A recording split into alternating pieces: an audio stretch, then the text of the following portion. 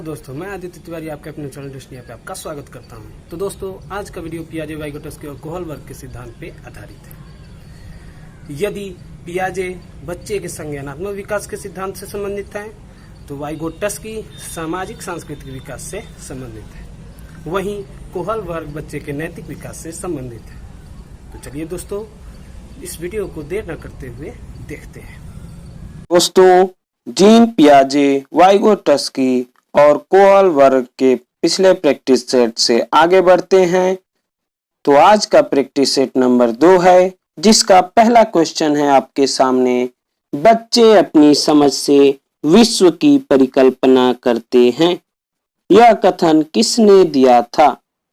ए Skinner, B Kohlberg, सी gene पियाजे या D Pavlov. तो बच्चे अपनी समझ से विश्व की परिकल्पना करते हैं, इसका मतलब बच्चे अहम केंद्रित होते हैं। और अहम केंद्रिता के बारे में किसने कहा था?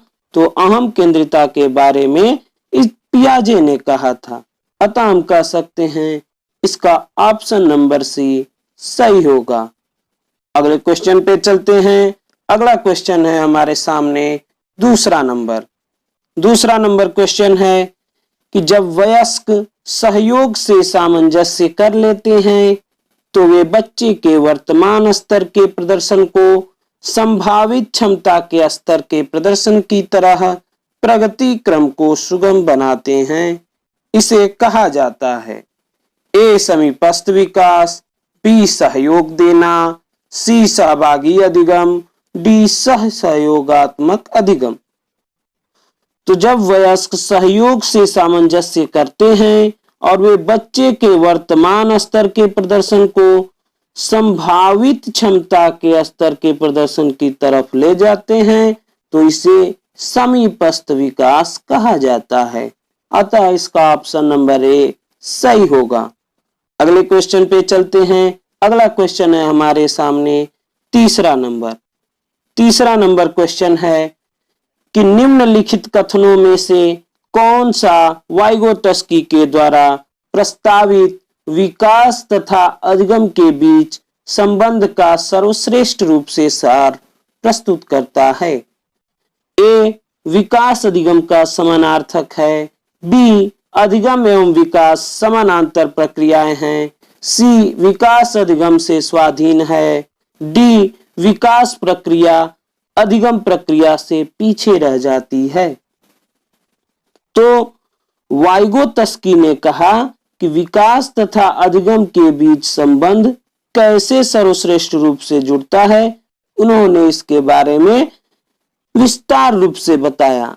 उन्होंने बताया कि बच्चे जब जन्म लेते हैं तो उनका विकास और अधिगम दोनों साथ साथ चलता है, लेकिन जब बच्चा धीरे धीरे बड़ा हो जाता है तो अधिगम आगे चलने लगता है और विकास उसके आधार पे होने लगता है। जैसे बच्चा कोई चीज सीख रहा है तो सीखना अधिगम हो जाएगा और उस अधिगम के आधार पे उस बच्चे का विकास कितना हुआ है ये देखा जाता है। अतः हम कह सकते हैं कि विकास प्रक्रिया अधिगम प्रक्रिया से पीछे रह जाती है। अतः इसका ऑप्शन नंबर डी सही होगा। अगले क्वेश्चन पे चलते हैं। अगला क्वेश्चन है हमारे सामने चौथा नंबर क्वेश्चन है बच्चों के बौद्धिक विकास के 4 विशिष्ट अवस्थाओं की पहचान की गई। ए स्किनर द्वारा, बी कोहलबर्ग द्वारा, सी जीन पियाजे द्वारा, डी एरिक्सन द्वारा। तो बच्चों के बौद्धिक विकास यानी संज्ञानात्मक विकास और इनकी जो है 4 विशिष्ट अवस्थाओं की पहचान की गई। तो किसके द्वारा? जीन पियाजे के द्वारा। जीन पियाजे ने बौद्धिक विकास के 4 विशिष्ट अवस्थाओं की पहचान की है, जिसमें पहला है संवेदी गामक अवस्था, दूसरा है पूर्व संक्रियात्मक अवस्था, तीसरा है मूर्त संक्रियात्मक अवस्था और चौथा है औपचारिक संक्रियात्मक अवस्था। तो ये चारों दिए गए हैं किसके द्वारा? तो जीन पियाजे के द्वारा। अतः हम कह सकते हैं इसका ऑप्शन नंबर सी सही होगा। अगले क्वेश्चन पे चलते हैं। अगला क्वेश्चन है हमारे सामने 5वां नंबर। 5वां नंबर क्वेश्चन है कि वह अवस्था जब बच्चा तार्किक रूप से वस्तुओं व घटनाओं के विषय में चिंतन प्रारंभ करता है।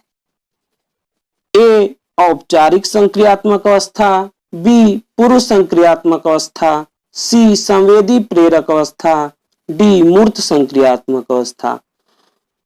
तो बच्चा तार्किक रूप से यदि वस्तुओं और घटनाओं के विषय में चिंतन करेगा तो उसे मूर्त संक्रियात्मक अवस्था कहा जाता है। अतः इसका ऑप्शन नंबर डी सही होगा। अगले क्वेश्चन पे चलते हैं। अगला क्वेश्चन है हमारे सामने 6वां नंबर। 6वां नंबर क्वेश्चन है कि कोहल वर्ग के अनुसार शिक्षक बच्चों में नैतिक मूल्यों का विकास कर सकता है। ए है व्यवहार के स्पष्ट नियम बनाकर, बी नैतिक मुद्दों पर आधारित चर्चाओं में उन्हें शामिल करके, सी धार्मिक शिक्षा को महत्व देकर, डी कैसे व्यवहार किया जाना चाहिए इस पर कठोर निर्देश देकर। तो कोहल वर्ग के अनुसार शिक्षक बच्चों में नैतिक मूल्यों का विकास नैतिक मुद्दों पर आधारित चर्चाओं में उन्हें शामिल करके कर सकता है। अतः इसका ऑप्शन नंबर बी सही होगा।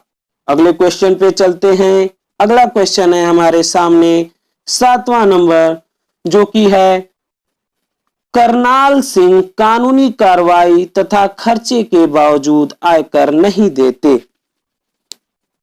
वे सोचते हैं कि वे एक भ्रष्ट सरकार को समर्थन नहीं दे सकते जो अनावश्यक बांधों के निर्माण पर लाखों रुपए खर्च करती है। वह संभवतः कोहल वर्ग के नैतिक विकास की किस अवस्था में है? ए है पूर्व परंपरागत, बी परंपरागत, सी पश्च परंपरागत, डी परापरंपरागत। तो सबसे पहले हम लोग देखेंगे कि करनाल सिंह किस लिए नहीं दे रहे हैं। तो वे जो है इसलिए भ्रष्ट सरकार को समर्थन नहीं दे रहे हैं क्योंकि वो अनावश्यक बांधों के निर्माण पर लाखों रुपए खर्च कर रहा है। इसका मतलब वो क्या कर रहे हैं? नैतिकता देख रहे हैं, नैतिकता देख रहे हैं। अब देखेंगे कि कोहल वर्ग के नैतिक विकास की अवस्थाओं में कौन सा अवस्था नैतिकता पे आधारित होता है। ए है पूर्व परंपरागत। तो ये किस नैतिकता पे आता है? तो पुरस्कार और दंड के आधार पे पूर्व परंपरागत अवस्था चलती है। परंपरागत अवस्था जो होती है वो है बाह्य कारकों द्वारा निर्धारित होती है। पूर्व परंपरागत किस पे? पुरस्कार और दंड पे आधारित होती है और परंपरागत अवस्था बाह्य कारकों के आधार पे होती है। लेकिन पश्च परंपरागत अवस्था ये जो है नैतिकता के द्वारा प्रभावित होती है। इसमें गलत सही का चयन किया जाता है, नैतिक तर्कणा का इस्तेमाल किया जाता है और करनाल सिंह वही कर रहे हैं। वही सोच इनकी जो है इनको समर्थन देने के लिए तैयार नहीं कर रही है। अतः हम कह सकते हैं कि इसका ऑप्शन नंबर सी सही होगा। अगले क्वेश्चन पे चलते हैं। अगला क्वेश्चन है हमारे सामने 8वां नंबर। 8वां नंबर क्वेश्चन है कि निम्नलिखित में से कौन सा निहितार्थ पियाजे के संज्ञानात्मक विकास के सिद्धांत से नहीं निकाला जा सकता। कौन सा निहितार्थ मतलब कौन सा अर्थ पियाजे के संज्ञानात्मक विकास के सिद्धांत से नहीं निकाला जा सकता। इसका मतलब कि कौन कौन पियाजे के संज्ञानात्मक विकास के सिद्धांत से संबंधित हैं और कौन जो है संबंधित नहीं है।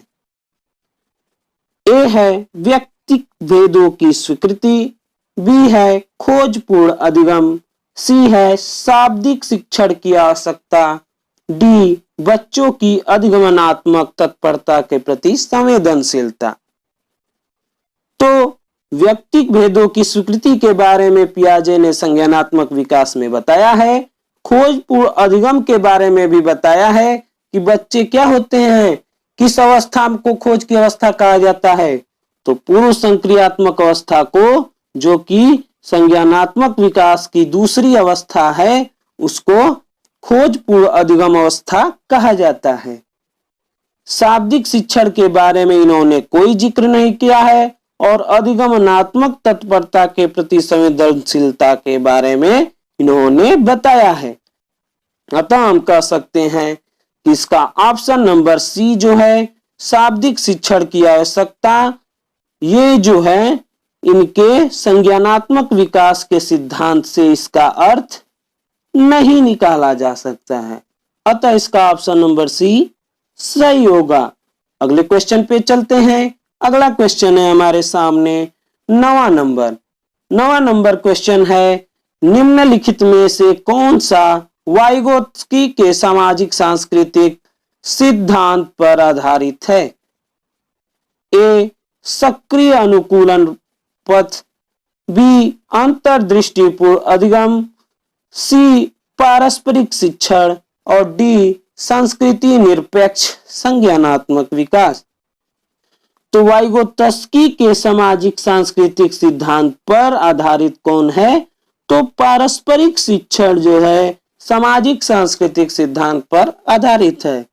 पारस्परिक शिक्षण का मतलब एक दूसरे को मदद करते हुए शिक्षण प्राप्त करना ही पारस्परिक शिक्षण कहलाता है। अतः इसका ऑप्शन नंबर सी सही होगा। अगले क्वेश्चन पे चलते हैं। अगला क्वेश्चन है हमारे सामने 10वां नंबर क्वेश्चन है, कोहल वर्ग के सिद्धांत के पूर्व परंपरागत स्तर के अनुसार कोई नैतिक निर्णय लेते समय एक व्यक्ति निम्नलिखित में से किस तरफ प्रवृत्त होगा? ए है व्यक्तिगत मूल्य, बी पारिवारिक अपेक्षाएं, सी व्यक्तिगत आवश्यकताएं तथा इच्छाएं और डी है अंतर्निहित संभावित दंड। तो आपको बताया गया था कि पूर्व परंपरागत स्तर में क्या होता है, पुरस्कार और दंड से नैतिकता चलती है। परंपरागत में बाह्य कारकों द्वारा निर्धारित होती है नैतिकता, और पश्चिम परंपरागत में नैतिकता नैतिक तर्कड़ा के आधार पे, यानी क्या समाज के लिए अच्छा है और क्या बुरा है, उसके आधार पे नैतिकता चलती है। तो इसमें पूर्व परंपरागत स्तर कह रहा है, यानी इसमें पुरस्कार और दंड के आधार पर होगा, और इसमें पुरस्कार और दंड पे कौन ऑप्शन है? तो डी वाला अंतर्निहित संभावित दंड। अतः हम कह सकते हैं कि इसका ऑप्शन नंबर डी सही होगा। अगले क्वेश्चन पे चलते हैं। अगला क्वेश्चन है हमारे सामने 11वां नंबर क्वेश्चन है, नवीन जानकारी को शामिल करने के लिए वर्तमान स्कीमा में बदलाव की प्रक्रिया क्या कहलाती है? ए है आत्मसातीकरण, बी अहम केंद्रिता, सी अनुकूलन, डी समायोजन। तो नवीन जानकारी को शामिल करने के लिए वर्तमान स्कीमा में बदलाव को हम लोग समायोजन कहते हैं। अतः इसका ऑप्शन नंबर डी सही होगा। अगले क्वेश्चन पे चलते हैं। अगला क्वेश्चन है हमारे सामने 12वां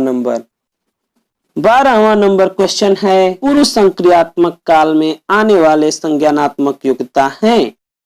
ए अमूर्त चिंतन की योग्यता, बी लक्ष्य उद्दिष्ट व्यवहार की योग्यता, सी अभिकल्पनात्मक निष्कर्ष चिंतन, डी दूसरों के दृष्टिकोण को समझने की योग्यता। तो पूर्व संक्रियात्मक काल में कौन सी संज्ञानात्मक योग्यता आती है? तो लक्ष्य उद्दिष्ट व्यवहार की योग्यता पूर्व संक्रियात्मक काल में आती है। कैसे आती है तो ये भी समझ लेते हैं। पूर्व संक्रियात्मक काल को हम लोग खोज की अवस्था भी कहते हैं और खोज की अवस्था में लक्ष्य जो है निर्धारित रहता है और लक्ष्य निर्धारित रहता है तो बच्चा लक्ष्य की तरफ वैसा व्यवहार भी करता है। अतः हम लोग कह सकते हैं इसका ऑप्शन नंबर बी जो है क्या होगा, सही होगा। अगले क्वेश्चन पे चलते हैं। अगला क्वेश्चन है जो कि 13वां नंबर है। 13वां नंबर क्वेश्चन है, वाइगोत्स्की के अनुसार सीखने को पृथक नहीं किया जा सकता। ए पुनर्बलन से, बी व्यवहार के मापने योग्य परिवर्तन से, सी अवबोधन व अवधानात्मक प्रक्रियाओं से, डी उसके सामाजिक संदर्भ से। तो जब भी वाइगोत्स्की देगा आपको देखना है कि कौन सामाजिकता से संबंधित है। तो इसमें कौन सामाजिकता से संबंधित है तो ऑप्शन नंबर डी। अतः हम कह सकते हैं इसका ऑप्शन नंबर डी सही होगा। अगले क्वेश्चन पे चलते हैं। अगला क्वेश्चन है हमारे सामने 14वां नंबर। क्वेश्चन है कि लेव वाइगोत्स्की के अनुसार आपके ऑप्शन है क्या होगा। ए भाषिक विकास मानव चिंतन के स्वभाव को बदल देता है, बी भाषिक विकास में संस्कृति की भूमिका बहुत कम होती है, सी वयस्क और साथियों से अन्योन्य क्रिया करने का भाषा के विकास में कोई प्रभाव नहीं पड़ता, और डी है बच्चे भाषा अर्जन की एक युक्ति से कोई भाषा सीखते हैं। तो लेव वाइगोत्स्की के अनुसार इसका ऑप्शन नंबर ए सही होगा कि भाषिक विकास मानव चिंतन के स्वभाव को बदल देता है। क्यों होगा, क्योंकि लेव वाइगोत्स्की कहते हैं कि भाषा जो है वो विचार को प्रभावित करती है, भाषा विचार को प्रभावित करती है। अतः जैसी भाषा होगी उस प्रकार से मानव चिंतन करेगा और जिस प्रकार से चिंतन होगा उसी प्रकार से उसका स्वभाव होता जाएगा।